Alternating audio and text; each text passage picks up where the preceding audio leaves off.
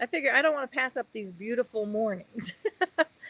And it's just the mornings here are probably one of the main reasons we live here. They're just so beautiful. And even when it's 110, July and August, and the day later in the day, it's the mornings are still, excuse me, really beautiful. So, are you guys still in the middle of rain out there? Yes, and we're past the what I call Seattle drizzly rain. We are now into, wow, we might have thunderstorms over the next 2 to 3 days. So we will see. Oh, gotcha. Gotcha. Like, oh my gosh. So, I'm so sorry. I got a tickle in the back of my throat.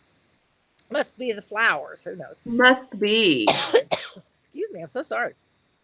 So, everybody, how are y'all doing out there? You want to check in? And we can't see. Okay, so it says here I need to copy the link. So hang on. I'm going to put this. If there's some of you who are watching who would like to be on the chat with us, please do that. Several of y'all who join us every week know this, but they just sent me a new message that you need to make sure that we let everybody know they have to click this link. Facebook, because of their own piracy. Privacy. Well, I think they're kind of pirates too. But anyway, because of their rules and regulations, they won't automatically show your name. And that's a good thing. So you just have to copy that link and just give them permission to let your name and your comments be shown. So we would love it if you would do that. And so if you're out there and checking us out this morning, then click the link or just make your comment if you've already done that. Excuse me. So do we see that now? I'm doing it. What is that? That's kind of an interesting sound. Okay. Do you see anything in the chat box? It says can't post some distance. Yeah, I just see you so far. To use this link to show your name and comments. Looks like we have a little not technical, I mean, just book, what do you call that? Just stuff to take care of. It's a glitch. Yeah. So I'm going to try that again and see if it shows this time. Because I am trying to post y'all that link, and I've done it twice now. Oh, there it is. Okay. And so you just click on that, and then they do a permissions thing on there. So this morning we are talking about processes. I know it's kind of, I was trying to think if there was a more clever name, but I figured everybody knows what that is. We all have a process. And I remember when it's been a long time, actually, it was in Mary Kay. I learned so much in Mary Kay, I just can't even tell you. I don't know where I was in my life before Mary Kay. Because I don't think I never did really, I don't think I'd ever really worked for myself. I just kind of, done odd jobs and worked retail, and I worked at, hamburger place when I was in high school. And so I think it was really Mary Kay before I actually, before this kink. Haha, need to use this kink. No, guys, it's a link. Sorry, I can't type either. So I just learned a lot about just running your own business and stuff. And I remember when I first got the concept of that we all have a pattern, we all have a process pretty much for everything we do, whether we know it or not. And so I began thinking of that. And it's like, okay, so I'm going to ask you, because I didn't tell you I was going to ask you this, but I know. Of course. So what is your process for cleaning your house? Do you do certain days of the week? And I really don't. I never have. I've never had a certain day of the week to do it. To be honest, I have a certain tasks that get done every week. I have certain tasks that get done. Wow, that really needs to get done. I probably need a better process for this. And then you have oh, wow, I have 30 people coming to my house. I really, really need to go a little deeper. And someone might open that kitchen cupboard, which is not as pretty because nobody else opens it but me. So, so those are kind of my layers. And again, you're right. We do have a process, but mine's not as organized as I would really like it to be. So gotcha. I know when my kids, it's not as valid for me now, but when my kids were home, I'd had more of a process because it was the only way I could keep up, particularly like the laundry. There were just certain days that I did the laundry. And usually, and I think I started this so many years ago that I still am in that habit of Monday morning. I don't want to do the wash and interrupt my weekend doing that kind of stuff. So I pretty much do the laundry on Mondays, which is why it's hard for me to do anything else on Monday mornings, click into Zoom calls or anything, because I'm so ingrained in that. Laundry day. Yeah. Yeah. And I don't like to spread it out. Some people Yeah. do a few. My mother does a load almost every day, different little things. I don't like doing laundry, so I don't want to spread it out. I don't enjoy that. You know, I posted that yesterday. What's your least favorite thing? And for me, it's putting away laundry.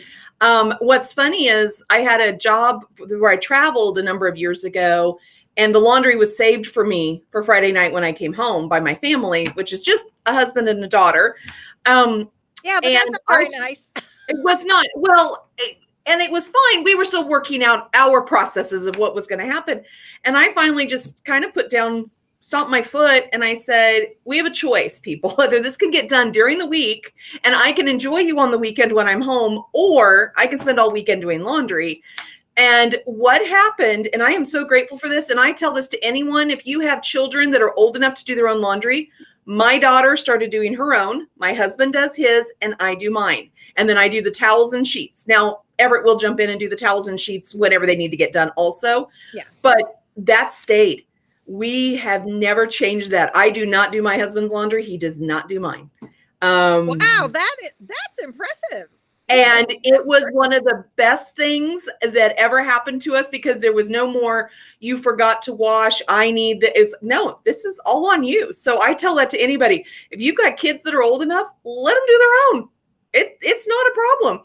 If we have a random reg something or something that needs to be washed with a bunch of other, we'll have again, we're all adults, so we have a conversation, but nope, I don't do everybody else's laundry anymore. Oh, wow. That is great.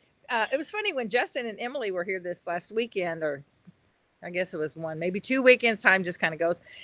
It was funny. We had the laundry conversation because Emily was washing some of Justin's things, and I noticed that they were kind of laying across the laundry room, which Justin does not like any of his clothes. I mean, not his shirts or his jeans, anything in the dryer. And this started back when he was in high school, and I did the laundry for everybody, right?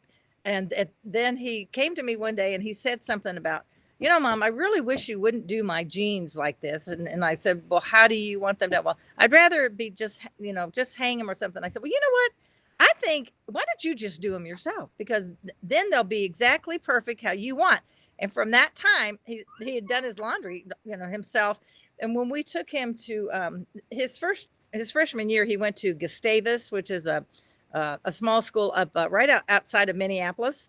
Mm-hmm. And when we were in the parent orientation, they gave this whole big talk on, if your kids are not doing their own laundry right now, you may not do another piece of laundry. If you're waking them up to get them up to go to class, stop it right now. Mm-hmm. He said, you are enabling your kids. They're getting ready to be totally on their own.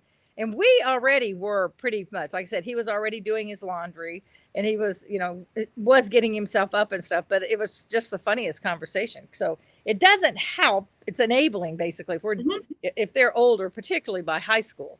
But anyway, yeah. So it's fun. It's kind of fun to think of those various processes and the things how we learn to do things different. Mm-hmm, exactly. And again, it's what worked well for our family.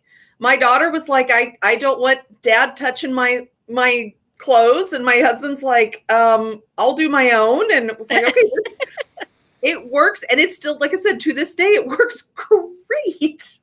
Yeah, that is awesome. That is awesome. Same kind of thing. I think if you look at, again, whether it's how you clean your house or what is your process for your teeth, your oral hygiene. Mm-hmm. Do you brush your teeth in the morning as soon as you get up? I can't stand to wait 5 minutes. I mean, I like to brush my teeth. I like that feeling of clean, fresh mouth. So the minute I get up, I'm brushing my teeth. And then, and then again at night. And then years ago, I didn't floss, because I just didn't want to, mm-hmm. I guess, even though I was told to. So that added in. So now my process of flossing and all of that. So what's fun is if you look at your process and you're like, this really isn't serving me very well, if this really isn't working, you begin to find another way to do it, which makes it kind of fun to change things up, because just because you've done it that way for 25 years or whatever the number is, doesn't mean you have to keep doing it that way. And I think it's that way in our business too. Now, before I go on, we have Kathy says, so fun that everyone has a different process. Yes. And I'm going to put a little ad out here. On Thursday is our fourth Thursday Connect and Grow gathering on Zoom.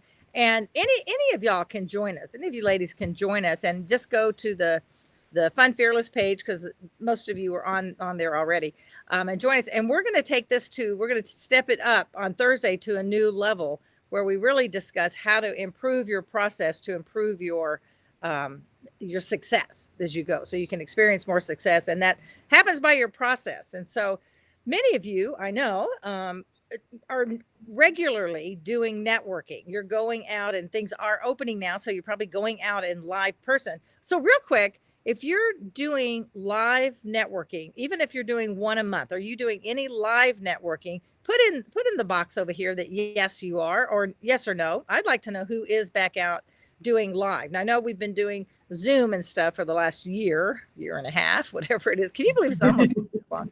Like, oh my gosh. So just give us a little heads up, if yes or no, if you are out doing live meetings with other people, networking gatherings. So Jennifer, I know that you have a process when you go to networking things of how you keep track, because if you're just going to a networking meeting and you're collecting cards or doing whatever, and you do nothing with them and you don't do any follow-up, why go? I mean, why even go? I mean, go have a nice lunch. Exactly. And that's just it. If you're going, all you're doing is selling yourself, and it's a one-way conversation. And we've been in those conversations before, where you're stuck across the table or the desk with somebody who only wants to sell their thing. They don't want to hear about what you're doing. That's what you're doing when you don't, in turn, reach back out to someone else that you've received a card for or a contact for or something like that. So my networking process kind of starts even before I get there. I sell insurance, so I have multiple products always in my brain of what we want. Well, we have a 1 minute. I need to have an idea before I walk in. What is my focus on? Because if you're not focused on something, and I say this, if you sell Mary Kay, what's the one product you want to talk about, or the one feature, the one benefit? And as I'm driving to the events, I would rehearse. I would literally practice my 1 minute and just go through my head and just going, how can I say this in a different way today? And it just kind of became my process. The couple times my daughter came with me, she got to listen to me, because I still did it. It's part of my routine. And I would rehearse it out loud, and just as I was driving, so I knew what I was doing there. Get to the event, of course, meet people, do all the stuff you do. And then as you collect the things, collect the business cards or information, I would make notes either on my phone or on the back of the card specifically. Sometimes there was something in particular, and it may not have been about their business. It may have been, they mentioned, Delinda always had us go around in Delinda's groups and talk about something personal. It's like, oh my gosh, they love Disney. I love Disney. They love this, or they have a child that's about the same age as my daughter, whatever it was. And then I would go back to the office and send them an email and or a text, depending on kind of what's on the card. And reach out to them and just say, hey, it was so great to get to meet you, those kind of things. Some people, if they were new to our group, I would send them an invite to another group I thought they would enjoy. Because again, those initial contacts are not sales. They're that building relationship. And Delinda and Kathy, if you have not learned anything else from these two ladies, it is all about relationships, people. But that would be my process. And then, and sometimes I wouldn't hear from people. But what has amazed me is there are people I have not heard from that in this last year have reached back out and responded to my original email I sent them 2 years ago. And they said, I was looking for someone. And because they had an email from me with my signature in it and had all my contact information in it, they had a way to reach back out to me. They lost my business card. That was gone. They lost whatever it was, but they did not delete my email. And so I've actually gotten business from that, which is, again, that flip side going down down the line. But that to me is the most important, is that follow up. But you've got to have that process in place or it just doesn't work.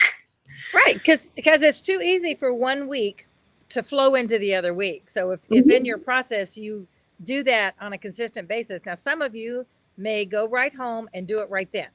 Is that what you do, or do you wait till later in the week to do them? Usually I tried to, because I'll be honest, if it got set aside, it got set aside. The way my brain works, I'm convinced I have ADHD. Now I am just convinced of this. So if I do not do it right there in the moment, it's gone. So I almost have to. And I do think that's a good point. That too, it's fresh on your mind. So when you're typing an email like, "Oh, it's so great to meet you," and I most always pick out the thing that stands out the most about them. Is like, you have the most incredible smile, or I just loved your enthusiasm, or whatever it is. That one little compliment that makes them feel special, that this is not, and don't send a form letter. Okay. No. Do not send a form letter. You know, you can have your basic outline of give a compliment, you know, maybe your 1, 2, 3 that you want to cover in that, so that you know that you're staying consistent on that, you know, but make it really true and from your heart. And again, it could be a text message or it could be an email, whichever is best. And then if you want to follow up with a call, say, would love to have coffee with you, or whatever it is. It does make them feel special. And they are, even that is going to make them remember you, you know, more than everybody else in the group. And I can guarantee you, I bet if we did it statistically, not even 3% are actually going to follow up and send an email or text after a networking meeting. I just don't believe it. I mean, I think you're in the 1% probably that do that.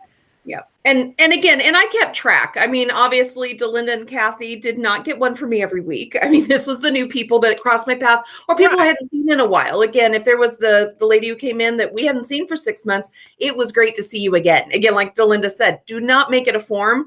You can have your basics of what I had, a basic bit I would copy and paste in of, here are 3 other groups I would love to invite you to. I mean, I had their contact info in there to make my life easier. But, and then I've done that same thing. You know, you talk about networking events. I've started going to vendor events. They've started to kick back into gear here. And so we have these lovely forms that they fill out for a drawing. Every single person on here that I could read their email address, there's some I couldn't, got an email from me. And it just said, it was great to see you out. I hope you and your family had a lovely time. You know, whatever. It wasn't a sales thing. It really was just, it was nice to meet you. And because each person who came to my booth, I at least said hello to. I may not have had an in-depth conversation, but I did at least say hello to them. So that follow-up contact, and I'd say that to anybody, if you're doing anything like that, you have to reach back out. Otherwise, why spend your $25 to go to the event and set up your little table and do your stuff? If you're not going to follow up, you need a different process. Yeah. Yeah. You know, that was one of the first things that my national sales director told us. And when I first started Mary Kay, I did not intend to work the business. I just was buying wholesale. I never intended to ever do it, which God had such a different plan. And I'm but I remember our national saying, you know what, if you're not gonna do the follow-up, then don't do the facial. Because Mary Kay is all about go, you know, make your appointment, do the facial. And it was all about selling and getting the skincare on people's faces, right?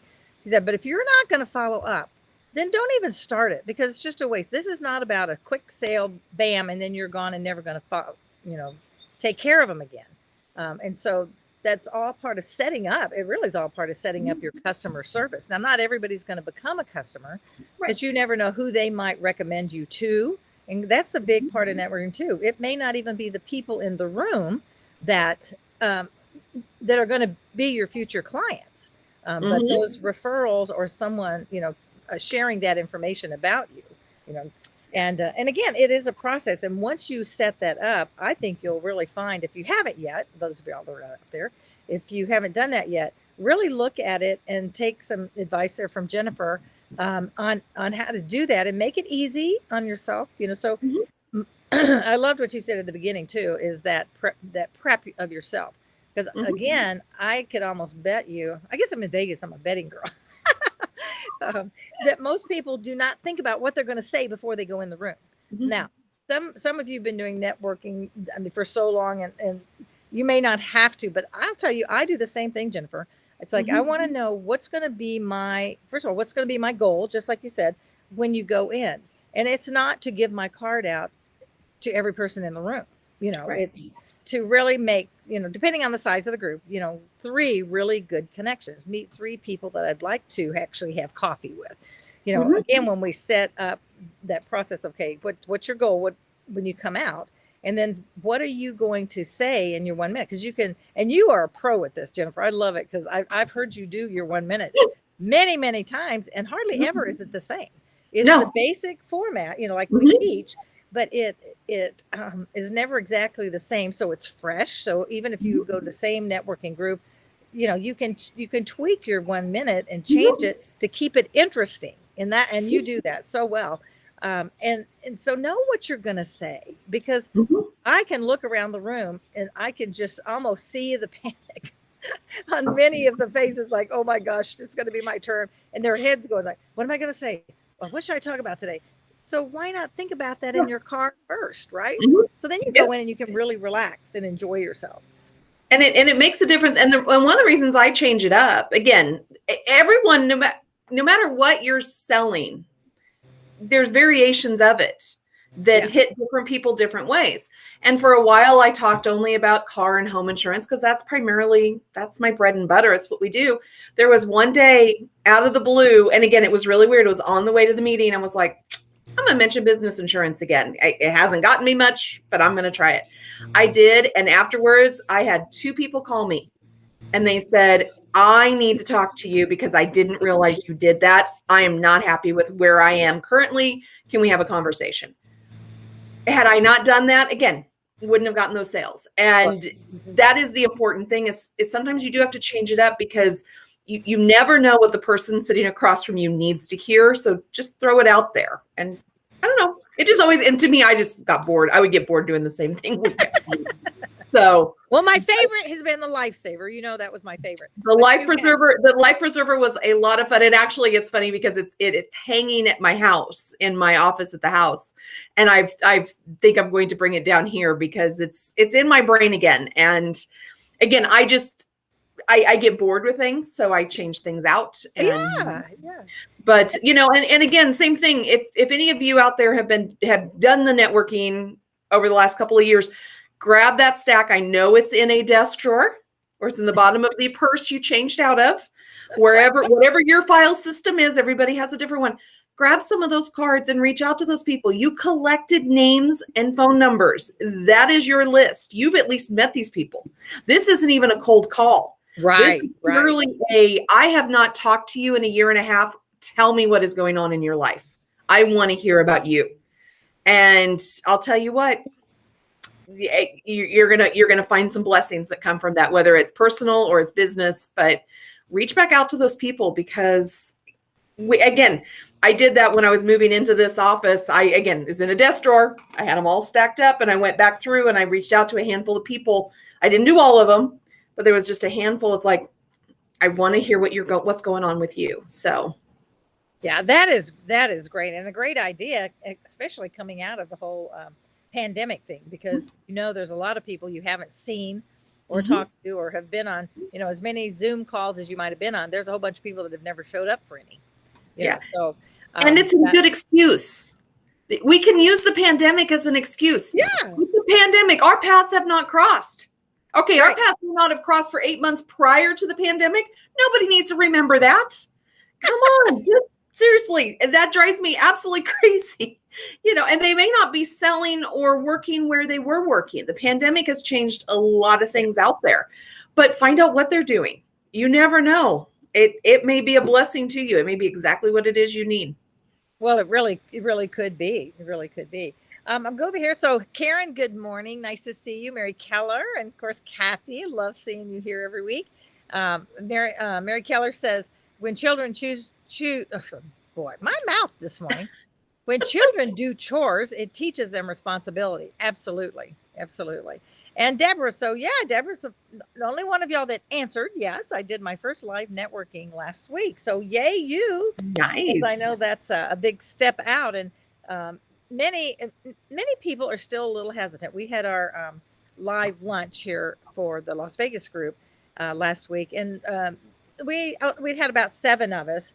And we've had 20, 25 filling a room in the past. And so I know, and several people reached out and said, I'm just still not quite ready, give me a little bit more time. And I said, hey, take the time you need. Just know we're here. And so Mhm. wherever you are in your journey of getting back out and meeting people, but keep in mind these things we've talked about. And I think this is a really good time to be talking about it as we do kind of get our business cards out and, always have a pen with you. And that was the other thing you mentioned too. And again, this is a great process. So I hope y'all wrote those down. And I may go back in, or Jennifer, I know you don't have time probably later today, but sometime, just do like a 1, 2, 3, 4, 5, Mhm. focus on what you say, practice in the car, Amen. but I love that. Write something on the card about the person. Again, when you get ready to send that email or that text, then it says, whatever you wrote down on there. Yep. Oh, we have kids the same age. Well, it'll be fun Yeah. conversation when we get to have coffee or whatever that might be. And just remember that because some of you I know get a little bristly and thinking, you don't like to do that. You don't want to bother them. Okay. You are not bothering them. They came to the networking lunch just like you. They kind of want to be bothered. Okay. So when you do those kind of things, it makes them feel of value. It shows them that you respect them. It shows them that that you're interested in them, and everybody wants to feel like people are interested in them. Right. So don't, our brain, our negative part of our brain always wants to say, oh no, I don't want to bother them. They might think I'm being pushy. No. Now, if you get on there and say, I have $100 what you da for sale, do you want to buy it today? Yeah, that would be, that'd be pushy.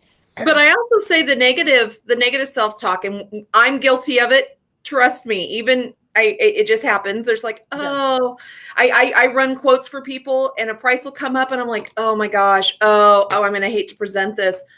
I don't set the prices. But what you have to do is, and this is what I have to remind myself, I chose the industry I'm in. I believe in the product I sell. It may not be a right fit for everyone. That's not a reflection on me personally. That's a reflection to where they are in their lives, what my product is, all of those things. Those aren't connected to me at all. I'm kind of the conduit. I'm the go-between. But you have to believe in your product. If you are negative self-talking to that point that you're not calling anyone, you don't have enough belief in your product. And good point. That I think it's a reflection. And I think then you reach out to people. And then the other thing, going back to what you were talking about getting out there and such, I'm now tied to my desk. I'm not going to be able to go to as many live events as I had used to get to go to. But I would say if you have someone, if you're that person and you're not ready to go to the big luncheon with 15, 20 people, reach out to one person. Go have a cup of coffee at the quiet coffee shop that nobody's in. Invite them to your home. Again, no, it's a friend, do something that's very personal, just the two of you, where you can feel comfortable, but start to engage, because that face-to-face contact is so important. And we all need to get past we have our mouth covered so we don't have to smile. We have to start smiling again. And I think we need to be reminded of that. So yeah, absolutely. I think that's true. Something you said just like really triggered there, but yeah. And it is nice because here in Vegas, we're pretty much open. Like June 1st is our first day. Everything's back to 100%. You don't have to wear a mask. It's kind of like, if you want to, some people will continue to wear masks, and that's great, whatever. But yeah, that whole of, yay, we can smile at each other, and still not everybody. We went to church on Sunday and happened to sit. I noticed people were still spacing between. And so this gentleman was sitting there, and it was kind of towards the back, and it was like just a half row, and it was Bill and I, and there would be a seat between. And so, I looked over and I said, hi, good morning. Would you mind if we sit here? We'll leave a chair in the middle. And he said, he said, fine. But when it came to the meet and greet, where they say everybody stand up and greet your thing, Bill reached over and was going to shake his hand out of that. Always, that's what we used to did. Right. And he kind of just backed up a little bit and did his elbow. And so Yep. it's still remembering that, because just it doesn't mean we have to not do anything, but it's still being respectful, to Exactly. to what And some people.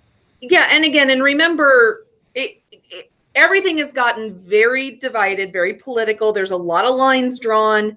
It makes me laugh that there's issues that both sides are against and both sides are for, but they're for different reasons. It just makes me kind of laugh. But there might just be a genuine reason. Again, the person may have a severely sick person at home and they're just not going to run the risk. So just always take that in internally. Don't prejudge. Just know that there's a reason. Either it's their comfort level, it's their belief system, or whatever. We're not here to judge. Let's go into the Bible. It's not our job. Absolutely. It's someone else's journey. And the other thing I would say is, when you're going to church, when you are going to an event, invite someone. Because there's a lot of people that the reason they're afraid is they're just afraid. They don't want to do it alone. So if you've got the person you're going really to good church, when you're going back to church and you've noticed that Mrs. Smith down the way has not been there for a while, just call and ask. I don't know. To me, it's a scary time for a lot of people. And sometimes they just need a little nudge to feel comfortable and know that there's going to be someone there with them. So. Yeah, great points, Jennifer. I think that's really true. And all of these things. So the ones of y'all that have made comments, I know that each of you are working a business and you each are networking. So everything we've talked about certainly can hit home with where you are. But for those of you who might be watching later, or you haven't checked in, and you may be thinking, what does this have to do with you? Everything we've said today, you can do from your ladies' Bible study you go to. That you can, you reach out, or when you meet somebody new, I know a lot of I'm trying to get better at this, because a lot of the young people say, well, just put my name in your phone, or here, let me just give you my phone. You can do the same thing. You can do it digitally on your phones or in a note or something like that. Or an old style note card. Hand addressed envelopes are amazing. Yeah, so it doesn't matter whether it's your business. It certainly is apropos for your businesses, and I hope that y'all will take note of some of these things. And I would love to know what your processes are. So, and if you want to dig further, we'll get into personal things on Thursday, because it's live Zoom, and we can ask these questions, and you'll be able to respond to us. And I think that'll be really helpful. So if you want to tune in on Thursday, go to the Fun Fearless page. It's there. It's 11:30 Pacific time, 1:30 Central time, and invite two people. Invite two people, because again, I haven't seen you. Yes, please, because again, and there's some people that, even though we've been doing this for a year and a half, are still going Zoom. Oh, I'm just still, believe it. Click the link. That's all you gotta do. It's real easy. Right. But anyways, right there, please. Yeah. And so we'll continue this conversation because I want to be able to have your interaction. And so if you're having an area that you haven't figured out a process that's working, and whether it's from networking or whatever, there will be someone there that will be able to do that, because in our group, we have so many mentors, so many experts, people who are doing different things, that there's somebody who's gone through or dealt with your issue that maybe you're having a process with that you don't quite know what to do. And I'm going to put that. So Bill and I are in general talking about the maybe possibility of moving. Okay. So my brain already clicks in. Well, truthfully, the home values are so high here right now that we're thinking, if we don't sell now, we're going to be stupid. It's like, this is crazy. So just starting that. So immediately, because I have a major process. Matter of fact, I'm really considering writing a book, because I've moved 17 times. I have moving down. I've got a process. I know how to move. And so I might even do a workshop on moving someday. If anybody wants it, let me know. So think about the different things you do in your life, and where do you meet new people? And it could be at church or a book club. Oh, this is cool. I know we're at the time, but I want to say this is the coolest thing. Are you okay, Jennifer? Yeah, I'm great. Okay. So 2 weeks ago, I went to the Republican women a luncheon, and I've been hearing about this luncheon for the last year and a half. And I thought, you know what? I just want to go. So I reached out to someone, actually Missy Day. Well, I didn't know Missy was the president of the Republican women. And I said, so Missy, do you know when they meet? It's like, duh, of course she does. So she gave me the information, and I got my ticket and I went. So there was the room was full. It was Maggiano, so a real comfortable place for me. I love it over there. And because the group that had a few more people show up, they set an extra table. So there was like a table of 5. And I thought, okay, well, I'll just sit at this table and see who I meet, right? And this other lady did. And so we had 1, 2, 3. There were 5 of us here at this. And one of them was a husband and wife that knew the speaker. They were there. So what's really cool is that as we were just chatting at the table, and I didn't think too much about it, you know, and I told a few people, oh yeah, well, I hold a luncheon here, just happened to be convenient, you know, once a month with my Fun Fearless female ladies. And I want you to know, I was really shocked. 2 of those, okay, so there really was 4 ladies. I was one of them. So of the 3 ladies at the table, 2 of them reached out to me to come to the luncheon I just held last week. Is that cool? Or what? I love that. It's like, Oh okay. my gosh. And one of them said, you know, I knew there was a reason why I went to that luncheon. And she said, I think it was to meet you. I don't know why else I went. And I said, well, I agree, you know, and she's a lovely, lovely lady. So that whole going out and meeting people and have your process of follow up with people. And, you know, I made sure they knew how to connect on the Fun Fearless page kind of thing. So I want to encourage you to do that and think of your processes, which ones are working for you and which ones aren't, because you can always and if they're not, make a change. Delinda knows I was in a frantic panic this morning. I have a process. I did not, well, I followed my process, but sadly it caused me a little bit of a problem this morning. And it was really a panic where I didn't think I was going to be on here. So I'm reevaluating that process when we hang up today, because that obviously is not going to work much longer. So, but it's okay.